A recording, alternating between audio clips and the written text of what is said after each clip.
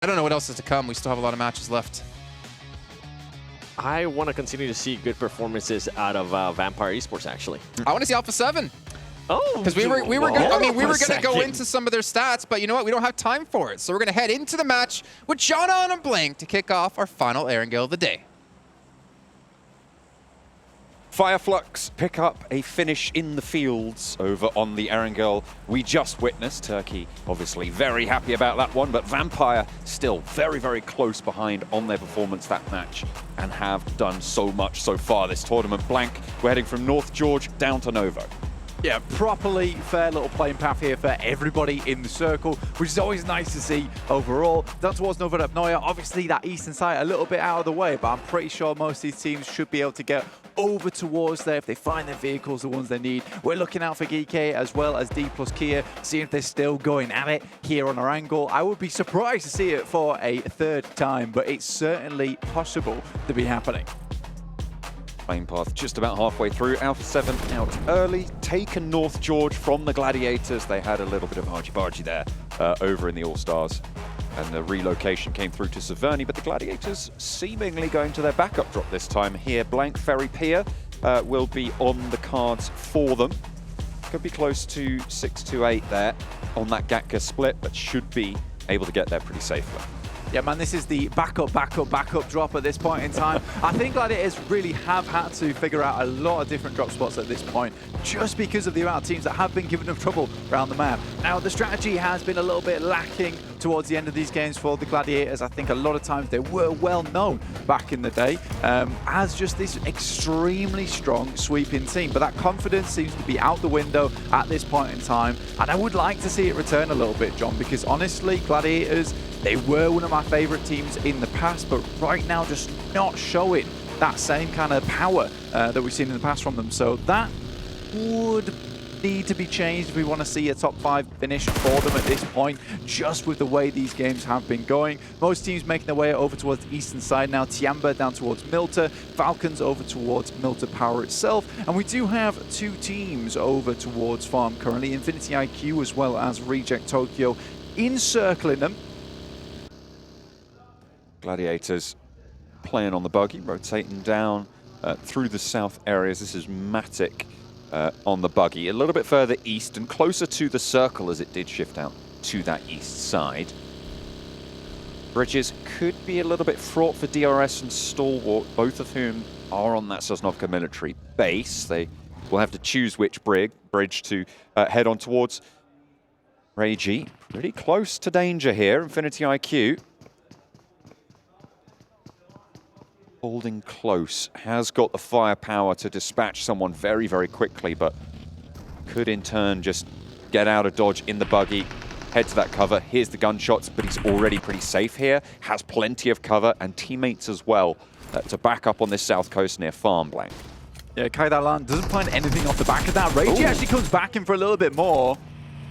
Doesn't really have much of anything to be playing around with. Has the pistol, pulls it out, takes some shots. I think he's got the K9 in the back as well.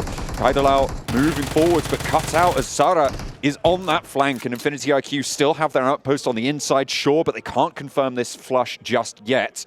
Ferrari on the inside, nade from Reiji, does a little bit to displace him, and 3 players move in. They haven't managed to find it. Slightly messy, but do manage to get the flush in the end. Nobody goes down from Reject Tokyo.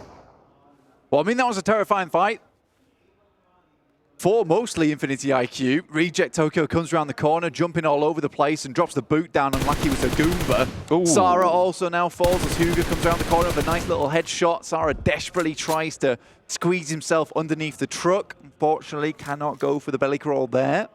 No, unfortunately, you know, when you're on the knees, it's not going to work. You've got a full-on splat to be able to get under that. That's a little bit too low ground clearance, unfortunately.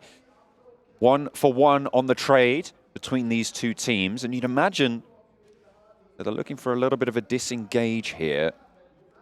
Infinity IQ obviously already having a player knocked means it will be 2 for 1 overall once this bleed out goes through. Reject Tokyo losing a player on the south side. An important piece of ground as well to control a lot of those rotations coming in from the west. Yeah, man, it's an interesting play from Sara. I don't think it was a necessary one, to say the least. I'm pretty sure he did get caught on the burnt out UAZ at the end of the day. Kaudalan does fall finally bleeds out there. Bensu and Hugo off in the distance. Bensu really has made up the majority of Infinity IQ at the moment. He is the powerhouse on the team.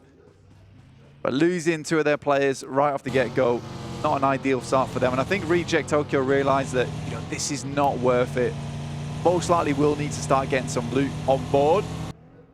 628 actually stealthing their way over towards Gladiators. Matic, once again, on his journey in the buggy, gets away. And I think he has heard the vehicles rocking up towards the forested area. Certainly have heard that one. Yang unleashes the magazine, pops the reload to try and catch him in the open field. A tire, L2 actually go out there for Matic, but he's still got the momentum to get across to Kitsune and to relative safety with the rest of the team. But Meku and Tixi still a little bit split and a little bit behind, could still be cut off by 628 Blank. Yeah, they'll need to regroup, and I think for the guys on 628, they'll want to perhaps follow that one. So I am assuming that the rest of the Gladiators should be able to get up towards the rest of their teammates fairly quickly on that Furry Pier side. In the meantime, Dplus Kia over towards the east. They don't go down early to Geekay. Happy days. I think, honestly, for Dplus Kia, coming into the 4th match of the day at 7 points, very irregular for me, right? That's super irregular. They were very good over in All-Stars, and I think they are a decent team. I just think that those first couple of games were really not so fun for them right at the start. I mean, as Max was saying on the desk, it was either 4-0 or either way, it was just a full squad wipe. So I do think for Dplus Kia, getting over towards a different position on the map wasn't necessary because you have missed out on a whole boatload of points. Vampire already at the top with 47, Alter Ego with 40 points. The Indonesian representatives doing absolute wonders.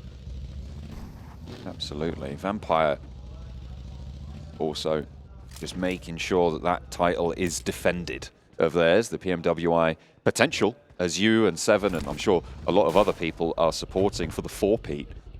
Vampire have gotten off to a good start. They're currently playing towards South George. They're pretty late on leaving the rotation, given that the plane path started over towards North George as well. They will have been on the ground for a very, very long time. So they're going to try and isolate some late rotations potentially. They should be as looted as pretty much everybody else in this lobby. Yeah, I think over towards North George, South George, Crates as well as Hospital, it's a pretty cramped zone in terms of the amount of teams that drop in that area. The good thing about this circle, though, is that it does really enable that long rotate up towards the northern side of the map, past Yaz Lake as well to move in there. It allows all these rotations underneath. So I think for Vampire, who were around the Hospital way, they wait a little bit for the teams up towards their north to move out, to get out of that location, and then start getting on their merry way. Alpha 7, not particularly a team that you want to get into early on. They are very good when it comes to those early team fights. Got some incredible mechanical skill on their side. Some of the macro definitely leaves something to be desired at the moment, but they're a team that starts slow and then gets a little bit momentum as they get through the games and get used to the teams they're playing with. That is really not what you need in a 3-day sprint in this kind of tournament. But I do think Alpha 7 can catch up. And after that last game, a little bit of momentum has been found, a bit more of that confidence as well. They had a big elimination count. So this is interesting for them. Plus, with this circle, the Stalber rotate has worked out fantastically well, holding almost 40% of the circle for themselves on that northern side. It's a great place to start sweeping through a lot of areas where you can stay fairly hidden in the forested areas, some decent compounds to chill out at. So I think for Alpha 7, this is an excellent decision that they will be benefiting from in the future. The ever-treacherous Yasnaya Fields encompassed by this next circle, Blank. They are such a difficult bit of terrain to navigate. We'll have to see if teams are going to be able to find any sort of sanctuary in that area should they opt to cross them. Don't have to go into them just yet, but certainly possible to see the finish there. The East Bridge from the military island for Stalwart and for DRS, actually, both looking to get across near Milta. DRS allowing Stalwart to go first. I don't know if allowing is the right word, but Stalwart did get across first, is the upshot of it all. And the Gladiators are pushing in from the south as well. Yeah, Gladiators actually making that rotation from Ferry Pier now, have squeezed along that coastal edge and now making their way up towards Shelter Side. A little bit of a barren position on the map, but getting past this area is probably one of the most treacherous bits of land that you can can go through, purely because it's very easy to get caught up in an engagement over shelter where suddenly you're just stuck in this almost a standoff between two teams. So it's not ideal. Alpha 7 look to start sweeping now. They find the elimination over towards Tiamba. Infinity IQ lose Bensu, just one player left remaining on that team now. Very unfortunate after their start versus Reject Tokyo earlier on. Reject Tokyo currently over towards Lipovka, trying to swing in from that east side. Box Gaming playing on the east point of Yasnaya. Rest up for Tianba. They can get some healing done now. Might take a couple more bullets, but only one player. You don't want to make yourself too much of a target here for Infinity IQ. We got trying to just stay alive and maybe make teams think that there's more than just him inside this building. Yeah, he needs to have presence, realistically. I think this is a compound that a few teams would like to get their hands on. So Huga, if the circle does move over towards that northern side, likely to get crashed. So the amount of nades he's got in pocket will be very important, but not likely that he's going to be able to survive versus a four-man squad coming his way. Alpha 7, though, did find that compound over towards the eastern side of the map. Decent stuff for them. Reject Tokyo over towards the eastern coast. A little bit easier to move through this position as well, because the eastern coast has this nice little ridge that you can play around. It will depend on this next circle, though, but scouting-wise, that's a decent place to start from. So many teams already in, and this just speaks to the level of the lobby at the moment. The rotations are very clean. Being able to get into position. The amount of teams we have in this final circle with the amount of fielded area that's still in, we're looking at a Yaz finish potentially, but it is leaning down towards that southeast side, towards Lipovka. Some more of those grassy pastures, playing around the divots. And there's a couple of compounds here too, but I think it's those dips which are going to be really influential in this particular location. You can already find Fireflux making their way over towards one. And you can comfortably sit towards these locations for quite some time. So already setting up the fort with the vehicles. They've got a little bit of cover from behind as well, from those vehicles, as you say. They can use those ridge lines to their advantage. Gladiators parallel to DRS, who, as we were talking about before, had to leave that military island on the east side. Still have managed to get ahead of this rotation, and they are starting to push through. In the meantime, Vampire are taking a beating over on the western edge near the Az field, but Gladiators seemingly getting away with this rotation, and DRS are going to be behind them now. It's a really fast rotation. Kind of reminisce to what Mad Bulls used to pull off back in the day in EU. Gladiators obviously played alongside them, so looking to almost replicate that similar rotation, which just flows directly through the map. Now, they've headed up towards that ridge I talked about earlier that Reject Tokyo were trying to take control of, but they're going to wrap all the way towards that north side. I really like this play. I think they assumed that most teams would be on the south side, so this is going to give them the most amount of time to play around with where they want to head to in this circle, which is something they've not been afforded before. In the meantime, though, Vampire down to 3 players.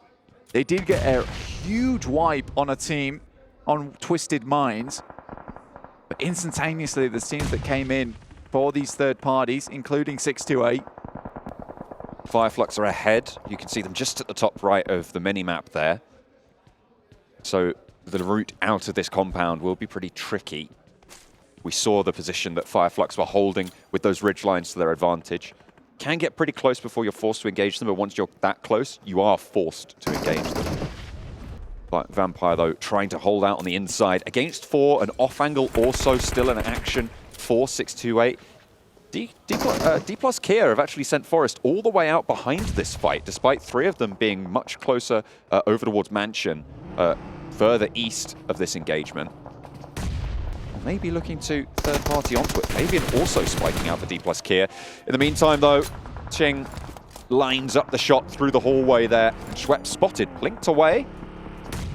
No, not quite going down just yet, but there we go. There's the off angle for Dplus Kia, landing a shot over towards 628. The flush goes through onto Schwepp as they move forward, but a nade from Tony to answer.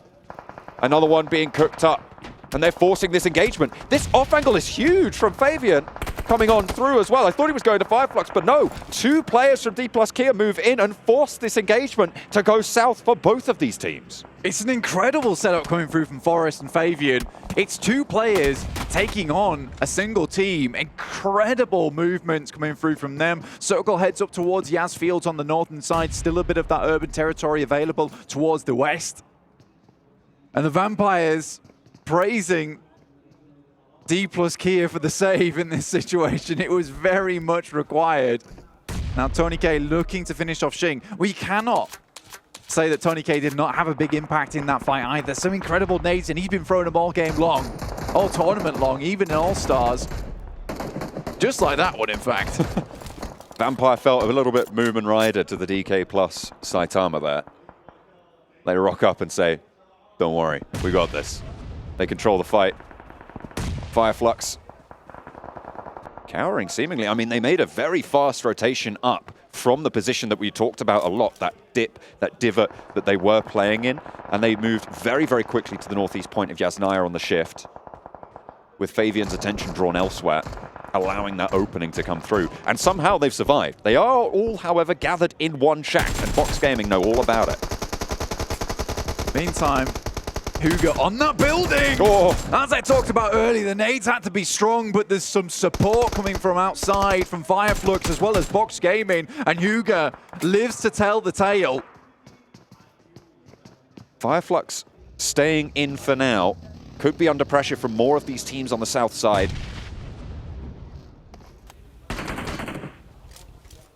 Potentially looking at this position to try and rotate on through. The rotation from Gladiators earlier to the north side gives them a lot of control over that north edge, but the fields in front of them will be dangerous. Yeah, right now the Gladiators have a massive amount of space. And this team loves it when they have a huge amount of space as well. A little bit cloistered sometimes, a bit claustrophobic when they get in the melee. But when they have this opportunity just to chill, relax in the meantime, have a bit more time to set up the rest of the game, that's when they typically do well. But they will have to deal with the Falcons, who have made a wide wrap through the blue towards that north side. Tixi currently outside on his lonesome. Drops a smoke, provides a bit of cover for himself as Six sends some nades that way. He'll probably regroup with the rest of the team, who has been recalled towards his position. And with Falcons being pushed in by the blue, this is an ideal time to get rid of Team Falcons. Stoned down. Xing looks to move through. The auto shotgun good in that close range engagement. Alpha 7 now trying to fend off against Falcons. The ridgeline allowing this swing down south for Falcons. They'll try and bide their time just a little bit longer, as Alpha 7 are going to have to pull the trigger on their rotate sooner rather than later. Meanwhile, in Yasnaya East, Fox Gaming and Xing, the last player. Hang on a minute, we're hopping back over to Alpha 7 and Falcons. Frags going both ways, but at the moment, Alpha 7 looking a lot better in this engagement. However, the blue zone will not let up. Revo running to the top of the hill. Kate Bush, eat your heart out. Trying to get away from that zone, but the Gladiators are rolling in for a third party on the northeast side to try and control that. Stop Alpha 7 dead in their tracks on the back of a raggedy engagement here, and it's looking good to start. Meku lines up for a second, dips back and has cover from the team. Revo falls and Alpha 7 swept aside. A perfect third party from Gladiators. Gladiators get a bit of a moment to breathe here, and that just makes all the difference for this team a lot of times. When they have that oversight over them, they saw Team Falcons come up towards that northern side, they dip back down again, they heard the engagement go through, instantly they're on top of that one. And for the first time in a long time, Alpha 7's fight is not as clean as they'd like it to be. On an open ridge, hardly any smokes thrown as Team Falcons stumbles their way. A bit unfortunate. Alter Ego, Rosemary here, left alive for them. Second place team. Immediately he finds one onto YDD. Over. We'll look for it, but it's Dplus Kia to actually finish off the engagement. Damage done, but that is Alter Ego eliminated. Luckily for Vampire, I should say, as they were sat pretty close behind, but they stay that gap. Fireflux though, with that gap to close, they managed to make that cross nice and early, and they are now reaping the rewards for doing so. With only Box Gaming really quite close by, Tiamba moving in with the remnants, the dribs and drabs. 3 players are alive, but they're not playing together right now, and they're struggling to get across these hills. It's funny to me that Hugo from Infinity IQ has been able to hold on to this building for so long. Really good nades. There's guard dogs around them as well, keeping him nice and safe. So this is beautiful stuff. STE, Stalwart were not able to get on towards that building. Now, Geek8 is sending some scouts up towards that northern side, towards Gladiators. They find over from Tiamba. That's down towards the south. And they're just picking off players one by one. Stage 5, 24 players remaining in 7 teams. This is very, very unusual for our usual Arangles here. Dplus Kia looking to get some more points back on the board. We said they were down towards the bottom of the lobby, but it's not where they belong. And they know that too as they start to unleash a lot of damage over towards these teams. 6 eliminations found for Dplus Kia. 4 of them over to Fabian, 2 for Forest there. Just about getting away, the buggy bearing the brunt of the damage from Osal. A regroup from Box into the buildings. They'll stack themselves up to go for a push further north because this is looking like a field finish. You can see here on the sweeping shot blank, it is pretty much just hay bales as cover. I mean, and Hugo's building. That's true. Apart from, okay, fair enough. I mean, to be fair, the fact that no one's been able to pick that up, and I think it's just because there's so many angles around this location, it's hard to make that rotate up towards that building because it is so open without feeling about 18 different players just sighting you at that point in time. You can feel it in that moment, and Stalwart certainly did. They tried to make that fight come through quickly. Hugo was able to keep them away with some beautifully placed nades. Now for the Gladiators, this is a really incredible game, all things considered, particularly because they were in very peer. Making this rotate was not easy, but they picked the right direction and the right rotate, which obviously has encompassed some research into these games. And it feels like that similar kind of playstyle that we've seen in the past from them is coming through. And their gunfights are good, as you see on the screens right now. Not sure what happened between last and now, but it's good. Fireflux under pressure as Box Gaming finally turned their attention out that way. They've stayed in the shadow for too long, and they will fight there no longer. Box Gaming take them down, seemingly without too much effort. To be fair, they were all in one building in a very nadeable position.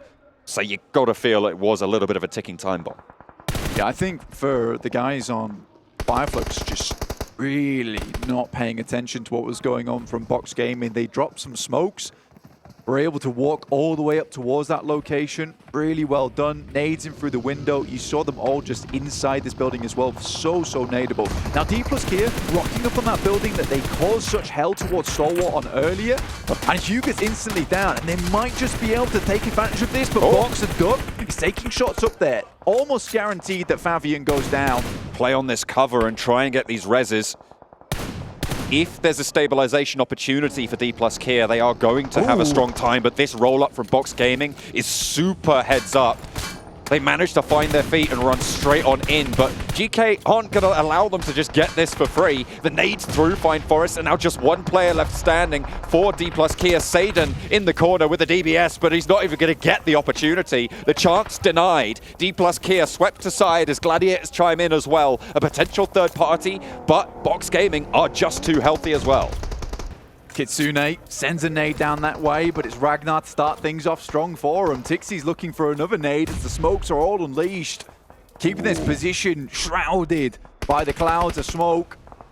Kitsune's got 3 nades in pocket, sends one over the top. Box Gaming not likely to be inside the building, so tosses it a little bit over towards that left-hand side. Now Tixie goes down, it's really bad news. Oh dear, that is unfortunate. There is an answer. Matic, fantastic. Just about staying alive. And the knock went over towards Tixie on the front line. Slowing down GK on those sides. So important for Gladiators' route forwards here. Yeah, Matic is doing a fantastic job. Definitely pulling a Matic classic here, but more akin to when he's a solo at the end of the game and he's just taking names and numbers. Oh dear. Meku spotted and taken down as well to a cheeky little spray. A push forwards, and Box Gaming once again move in just the right time. Kitsune really can't do too much. He's only going to try and get these trades. He cannot save his teammates in this scenario, and Matic has to roll in to try and get something for this position. But Box Gaming looking good on their route out of Yasnaya. They found the openings and they took them with both hands. Man, right now, Matic is untouchable. The way he's moving, ethereal. The bullet's just passing through this man at the moment. Haith now from GK Esports does spot this location, will drop some smokes up towards that northern side after they did suffer that casualty from Matic earlier on. But Box Gaming has a lot of cover for themselves. Unfortunately, they're not in the circle, John. They'll have to move in. And how many more smokes do they have left? They have been on a smoke train for some time now, but the coal has got to be running dry. They will have been able to get a pretty decent resupply of Fireflux, you'd hope. But there can't be too many more in the back pocket. 3 there and quite a few nades, to be fair. I mean, it looks like they're going to do okay for the time being. The question is, how long do those resources last? As you say, out in the open, you do need to invest quite a few of those repeatedly. Matic looking to reposition now as he also is not in this next circle. A lot of damage felt towards Duck, but not the knock. Broadside for Kitsune over towards GK. You'd imagine they should just have a full view on this. Matic also out in the open. As the Gladiators just trying to survive 1-1, a big split, but really don't have much choice about it. Matic goes down, and now it's just Kitsune, but he's fending off Box. Not for long. Nade pings over the top above his head like a light bulb, but doesn't give him any ideas, just sends him straight back to the lobby there. Gosu from Box. The fact that Duck is able to be here is absolutely madness, John. Should not have been able to get up, but some funky driving took him into the location. 1 on the back. Hope looks to hit those shots. Now it's a 3 versus 4. 3 for GK trying to move in. 1G. Just getting these shots down range, but not really landing on the mark. That's what you want. Duck finally able to take down Ragnar. 2 players now standing. Box on a little bit closer to the edge of this next circle. See where the shift ends up going. But the team's forced into these fields, left open. A wide swing up to the north from Gosu gives them a huge off angle. Yeah, I mean, for Box Gaming, they have to take these angles on towards GK. They know that they're limited on players, and taking these 2 angles on the sides leaves them very thin on positions that they can play now. Gosu moves down up towards another hay bale, and I'm pretty sure this is all but over right now for GK. They would have to pull something miraculous out of the bag here. Oh, another nade over the top from Duck. Leaves just the 1 player. DBS in hand, he's waiting for the pushes, trying to get a little bit of an answer, but not given the range advantage on the spot. Gaith has more trouble to deal with, but he just can't hold it out. Box Gaming make move after move after move. Precise, efficient, devastating. 23 points on the game, a 13 elimination match for Box Gaming to enter themselves into the fray. They started on 7 points blank. They're up to the big 3-0. I mean, Box Gaming certainly not playing the Box Gaming of the past, who just sat in a compound and won from there. Now they're moving from compound to fielded area. What is this? This is a change of pace for me. But good to see, honestly. I am really excited to see more of this kind of playstyle coming out from Box Gaming. They made some really good moves, took some very good fights with the information they gathered as well, John. And I think that's the big thing. They saw Hugo as well as Stalwart. They went down. They noticed that Fireflux hadn't moved out as of yet. All the vehicles were primed and ready to go, but they took their chance. They saw it. Smoke trains are down. Nades are out. Easily done. So a really nice game from Box Gaming. Gladiators, I think, could have maybe gone a lot further in this match, but they just could not step up to the task versus Box Gaming. They just went down in that close engagement there. I think the Gladiators still did very well. We saw a glimmer of the Gladiators gone past of that third party onto Alpha 7. Really very well timed. They knew exactly